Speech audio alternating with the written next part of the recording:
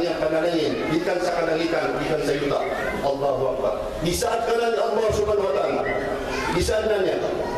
Apan ang mga katauhan sa unang panahon, wala sila nito, kusay na ito sa ila, ang panahon ni Noah alayhi salam. Ang wala magtukang Noah alayhi salam, wipe out sila. Katulang nito nga around 200 ang nabili. Disay ni Musa alayhi salam, makinanglan ang mga katauhan ng Allah subhanahu wa ta'ala. Mauwi po ang mga ubad sa during the time of art ang samur, ang mga katauhan na dinimutukan Allah subhanahu wa ta'ala, ma-wipe out sila. Katulang nito ang mabili. Dahil karon, kay tuwag kay ang propeta Muhammad sallallahu alaihi wasallam, nahitugyan kaniya ang Holy Quran, gitawag siya nga rahmatan lil alamin. Usay pasabot ng mga igsoon, rahmatan lil alamin. So, usa sa kaning hadith o kining sinutyan sa Rasulullah sallallahu alaihi wasallam dito nalingon siya, the best against any kind of calamity is dhikr.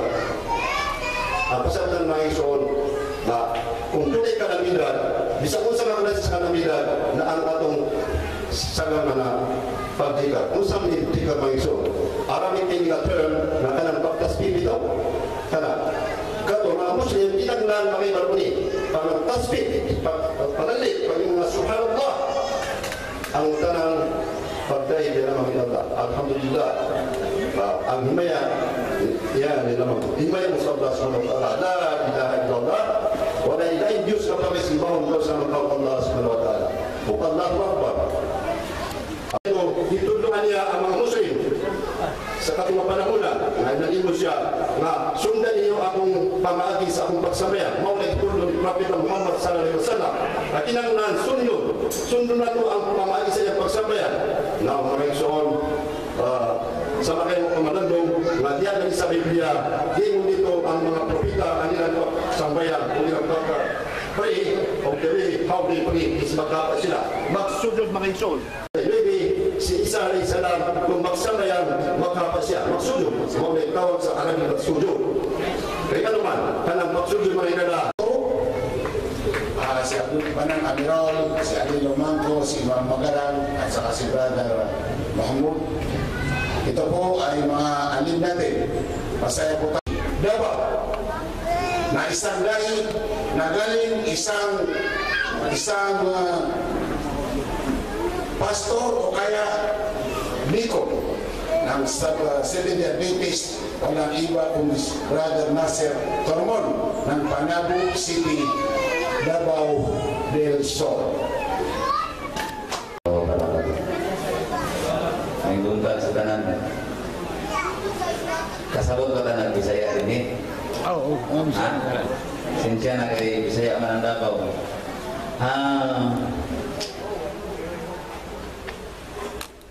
Ako unas tanan akong ipasalamatan ang Allah subhanahu wa ta'ala tungod kay meaning katiguman naghatag ka na ito kapag kay opportunity nga nakakaplag kita sa ilang giingon kani adto tama tong giingon ni Brother Aligno nga parehas may pangutok in terms of Islam.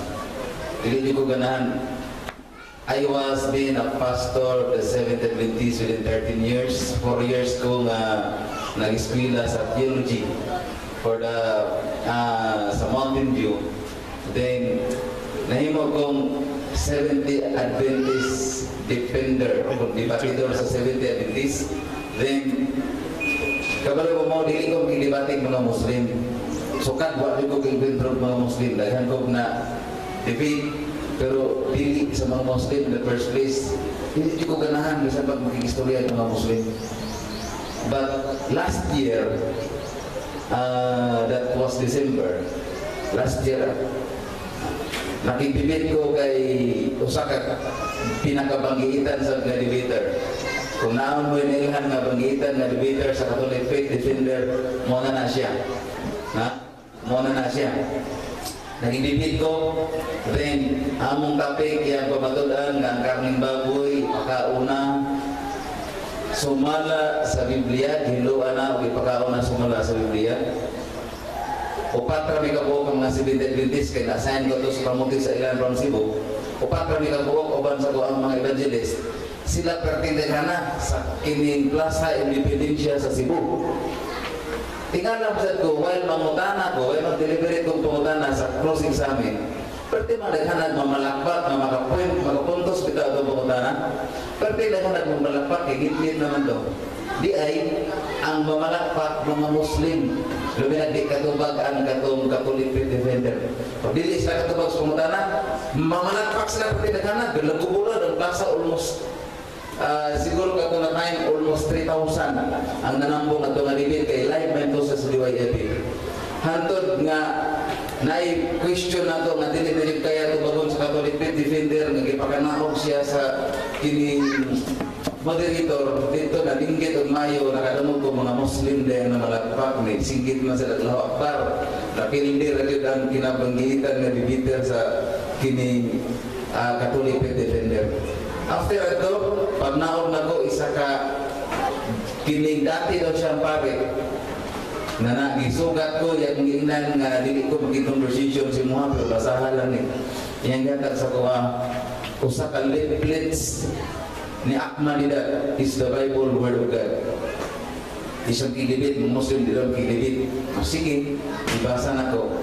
After 3 days ako magbasa yung suon, wala na ko nangayon assignment. Nangayon ko daghang kayo ng mga basahon sa kini Islam.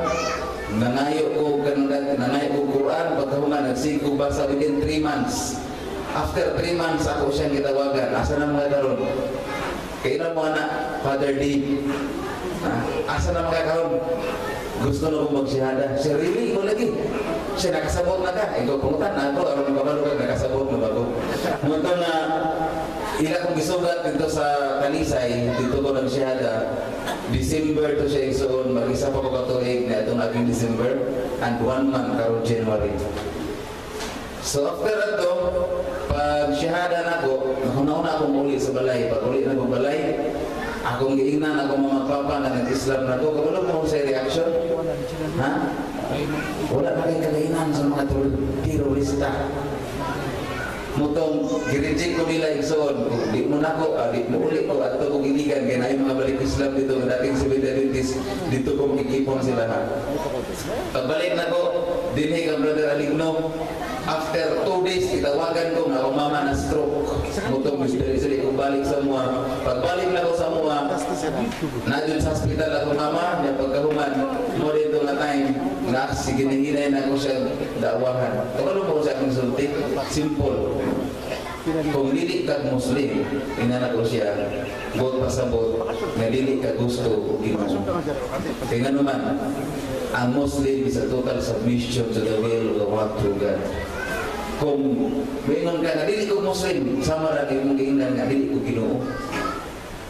Hindi na ako mamahal, sige hila. Hantod, siya nga, kung saan man mag-shahada, di ko siya kalito, kung saan man mga Muslim, simple, mag-shahada lang ka, magpamatugon ka, Muslim na ka. Sino na ako man gayon? First na nag-shahada akong mama, sunod akong papa, sunod 45 kabuok sa akong kaliwat, dito sa Panabo, nag-shahada sila. After ito, mga pila ka months, nagsyahada na po ng 15, sunod na Abdanlan, Abdul Barrio, Brother Aligno, 38 ka po nagsyahada.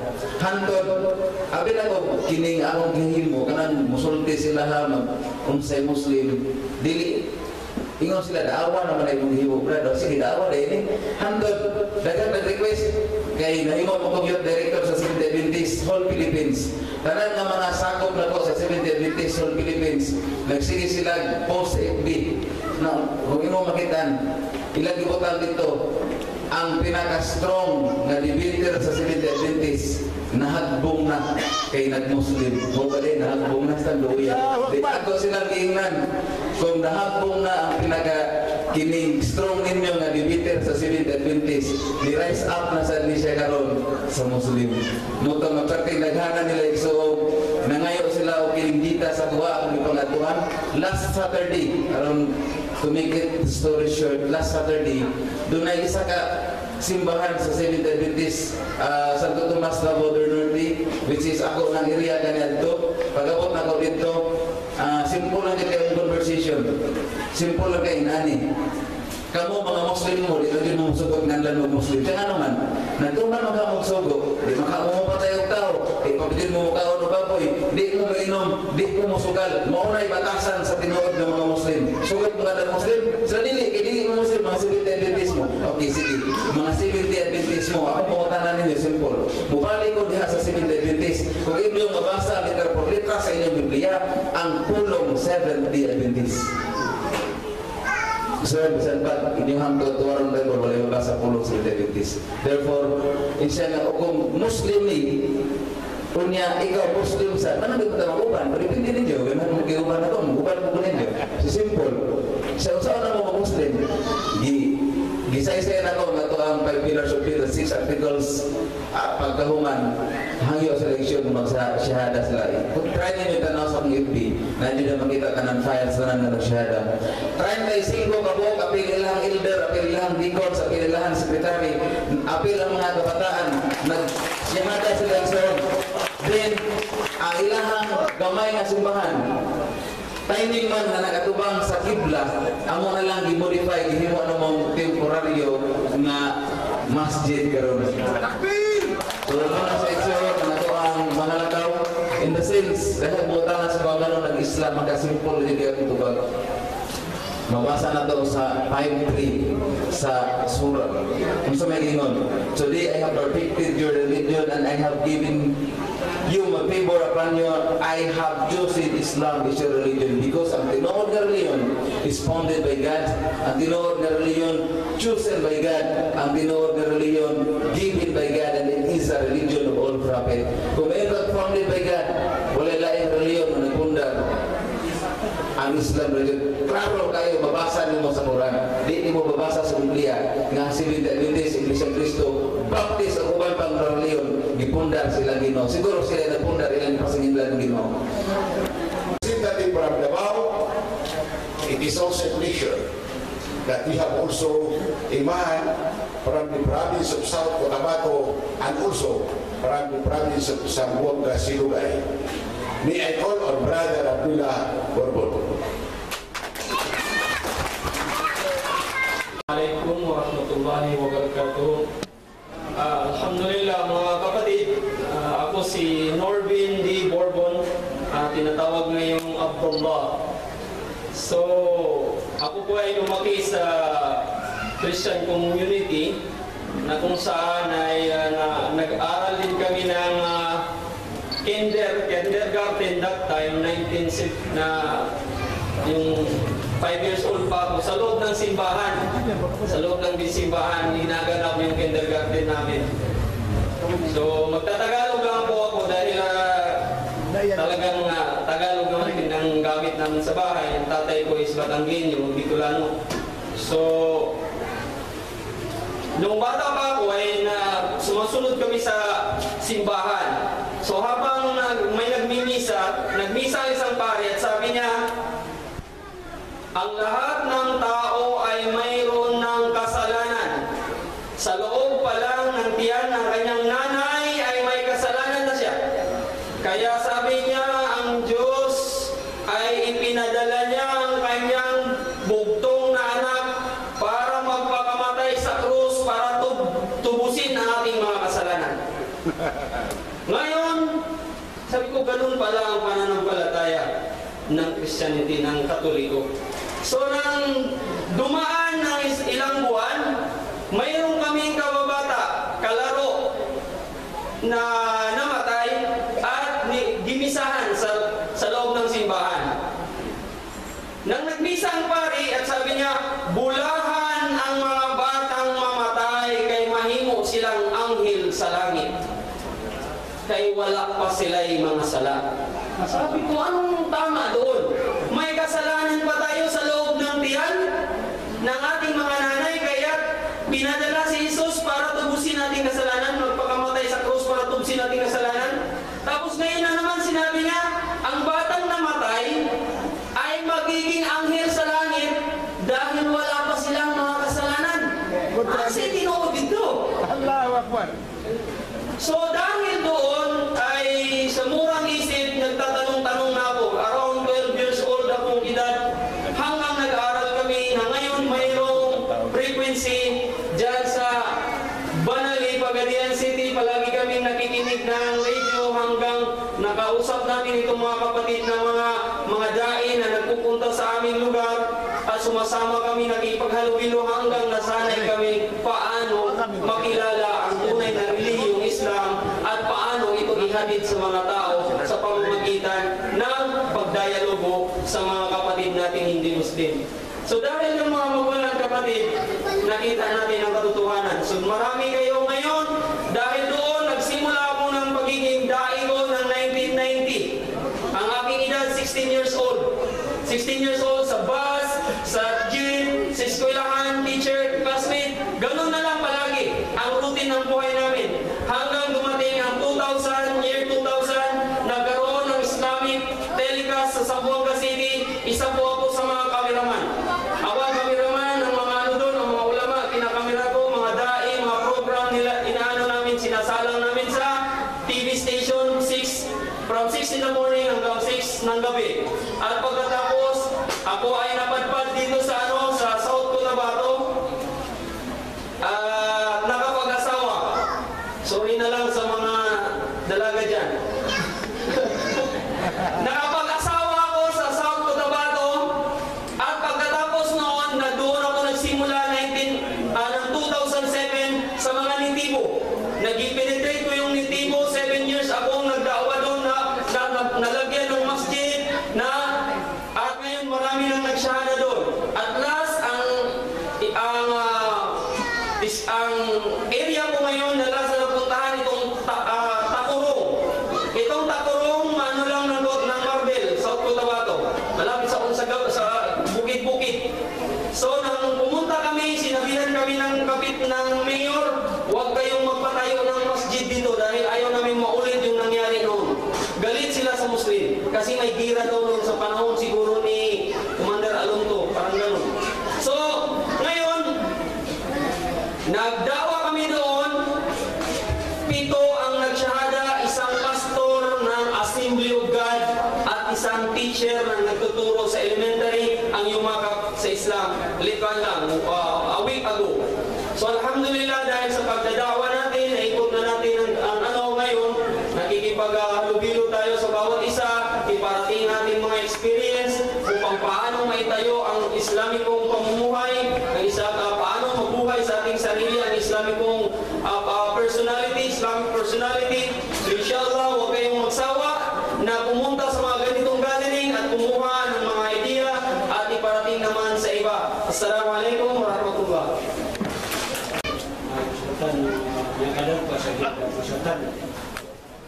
Mauna siya ko sa pangalanan pa ng mga gugutan ng presidente siya mga Islamia, si Len Sinubab, yung Rokstan, si Abdugasad, nakakaraman.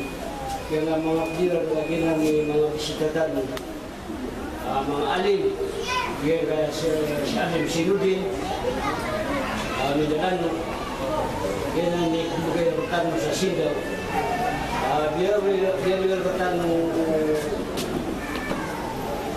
Nabi Walinian si Kuaiman niyan na ang pagkadal datang si Kuaiman Islam dan Sultan Ron so maka Sultan Ron namin balitan ang Muslim amanan niya na sa Islam na kanan ng Allah subhanahu wa ta'ala mga untod. Nandiyan ni kapakasundraw, namin baloy ka manayar ka. Sisagyan ka yung umrad na magyan ni kapakatiro, para makiyaab kan kadiro. Nagyan kaya pagalitan ng urustan mga kerni, kapakaya ng klasitian ng tanong.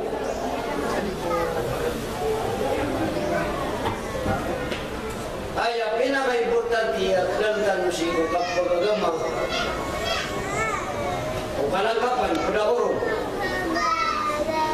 na sundima rukun agama Islam ako sundong rukun na iman na ako sa ihsan kira na madalbanan na ilmu ugay na miyakan pulbo